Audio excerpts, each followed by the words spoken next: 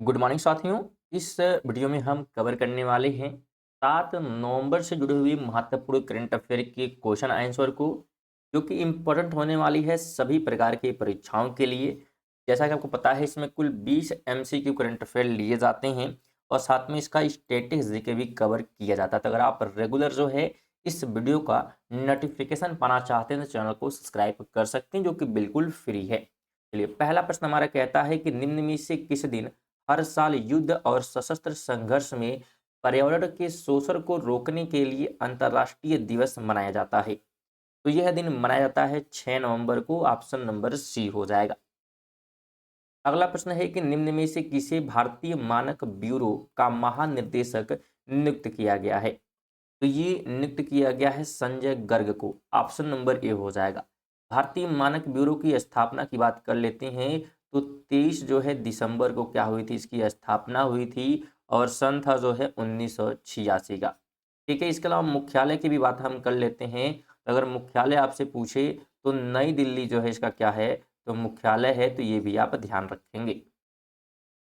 अगला हमारा प्रश्न कहता है कि भारत निम्न में से किस देश से दिसंबर 2025 में प्रोजेक्ट चीता के तहत 8 अफ्रीकी चीतों का आयात करेगा?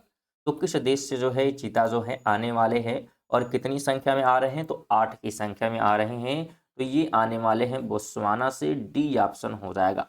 बोत्सवाना की राजधानी की बात कर लेते हैं तो गैब्रो गैबोरून है। बिल्कुल, गैबरून इसकी क्या है, राजधानी है। साथ में ये जो चीता आएंगे तो रखा कहाँ जाएगा, तो इसे रखा जाएगा कूनो नेशनल पार्क में। कहाँ रखा जाएगा? कूनो जो है नेशनल पार्क में रखा जाएगा। ये है कहाँ पे, तो ये है, ध्यान रखिएगा, मध्य प्रदेश में है। ठीक है, आगे बात करते हैं। तो हाल ही में सामिया सुलूहू हसन को किस देश की जो है राष्ट्रपति नियुक्त किया गया है?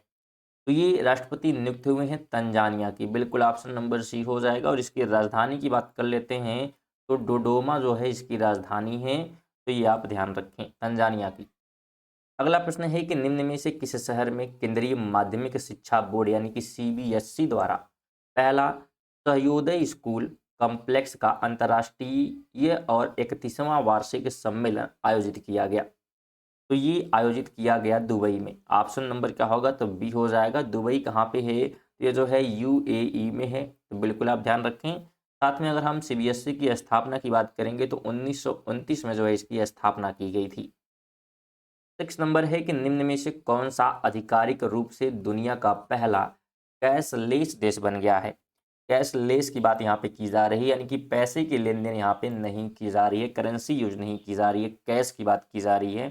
तो ये देश जो है स्वीडन बन गया है। ऑप्शन नंबर ए हो जाएगा। तो स्वीडन की राजधानी की बात कर लेते हैं तो स्टॉक होम हो जाएगा। क्या हो जाएगा? तो स्टॉक होम इसकी राजधानी है। अगला प्रश्न है कि निम्न में से किसे मनोहर पर्रिकर युवा वैज्ञानिक पुरस्कार 2025 से सम्मानित किया जाएगा? तो इससे सम्मानित किया जाएगा डॉक्टर साई गौतम गोपाल कृष्णन को। ऑप्शन नंबर डी हो जाएगा। ध्यान रखें, ये जो पुरस्कार है, ठीक है, मनोहर पर्रिकर युवा वैज्ञानिक पुरस्कार, ये जो है विज्ञान और प्रौद्योगिकी के क्षेत्र में उत्कृष्ट योगदान के लिए दिया जाता है।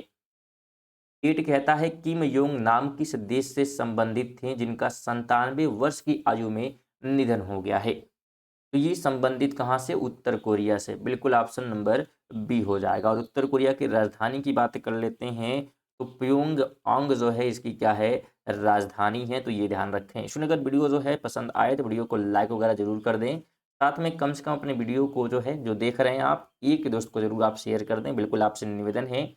और बिल्कुल अगर रेगुलर पढ़ना चाहते हैं करंट अफेयर तो चैनल को सब्सक्राइब भी कर सकते हैं, जो कि बिल्कुल फ्री है। 9 कहता है हाल ही में पूर्वोत्तर के कितने प्रतिष्ठित व्यक्तियों को केंद्रीय मंत्री ज्योतिरादित्य सिंधिया ने भूपेन हजारिका पुरस्कार से सम्मानित किया? तो कितने लोगों को किया गया है? तो 6 लोगों को किया गया है। ऑप्शन ए हो जाएगा।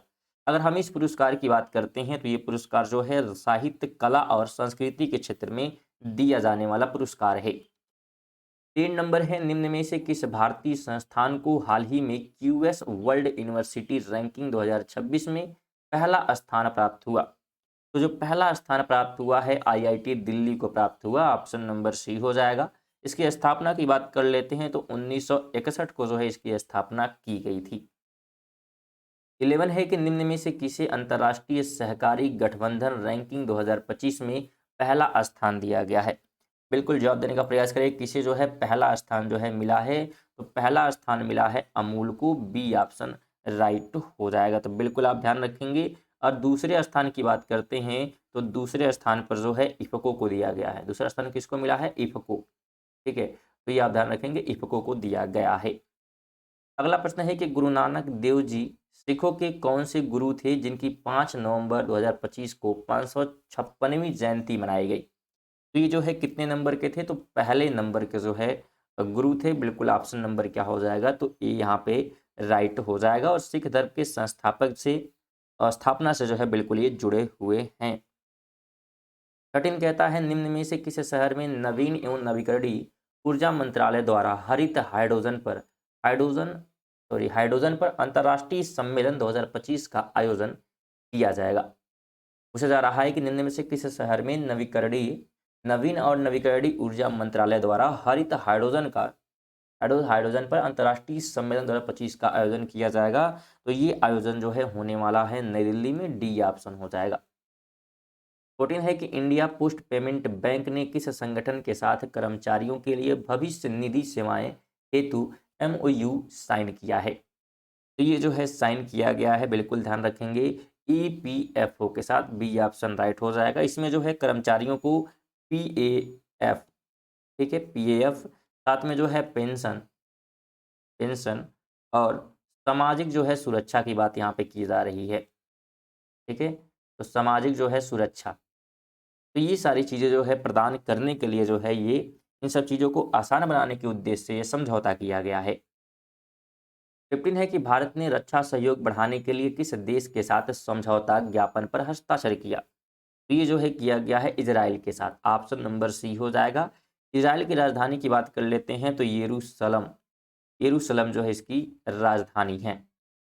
16 कहता है कि चुनाव आयोग द्वारा अंतर्राष्ट्रीय चुनाव आगंतुक कार्यक्रम किस वर्ष शुरू किया गया। इसकी शुरुआत की गई थी कब? बिल्कुल 2025 में, ऑप्शन नंबर सी हो जाएगा। 17 है कि इफको और अमूल को दुनिया की अग्रणी किस श्रेणी की समितियों में शामिल किया गया है। तो ये जो दोनों हैं कृषि से जुड़े हुए हैं कृषि से, बी ऑप्शन राइट हो जाएगा। अमूल आप जानते हैं, इफको भी जानते हैं, खाद वगैरह है, और अमूल बिल्कुल आप मिल्क जानते होंगे। आगे बात करते हैं तो CBSE ने अपना पहला अंतर्राष्ट्रीय सहयोदया सम्मेलन किस शहर में आयोजित किया। इसने जो है आयोजित किया था दुबई में, ऑप्शन नंबर सी हो जाएगा। 19 है कि दया डोंगरे जिनका हाल ही में निधन हुआ किस क्षेत्र से जुड़ी थी। तो ये संबंधित थी कला के क्षेत्र से, डी ऑप्शन राइट हो जाएगा। तो अगर आप इनका जो है PDF प्राप्त करना चाहते हैं तो PDF आप जो है हमारे टेलीग्राम के माध्यम से प्राप्त कर सकते हैं। टेलीग्राम का जो लिंक है आपको कमेंट बॉक्स में मिल जाएगा और साथ में जो है डिस्क्रिप्शन में मिल जाएगा, जहाँ से जाकर आप बिल्कुल फ्री में जो है PDF प्राप्त कर सकते हैं। 20 की बात करेंगे तो भारत का लक्ष्य 2047 तक कितने करोड़ टन स्टील उत्पादन क्षमता हासिल करना है। इसका लक्ष्य जो है 50 करोड़ टन जो है स्टील जो है उत्पादन क्षमता हासिल करना है। और 2000 अगर हम 30 तक बात करेंगे, ठीक है, अगर 2030 तक बात करेंगे तो लक्ष्य रखा गया है कम से कम 30 जो है करोड़, ठीक है, स्टील टन 2030 तक रखा गया, और 2047 तक 50 करोड़ टन रखा गया है। सुने थे हमारे बीच जो है करंट अफेयर। वीडियो अच्छी लगी हो तो वीडियो को लाइक करके और शेयर करके जाइएगा। बिल्कुल आप सभी से निवेदन है, एक शेयर जरूर कर दें, और नए हैं चैनल पर तो सब्सक्राइब कर लीजिएगा। चलिए इसी के साथ जो है मिलते हैं अगली वीडियो, तक के लिए जय हिंद, वंदे मातरम।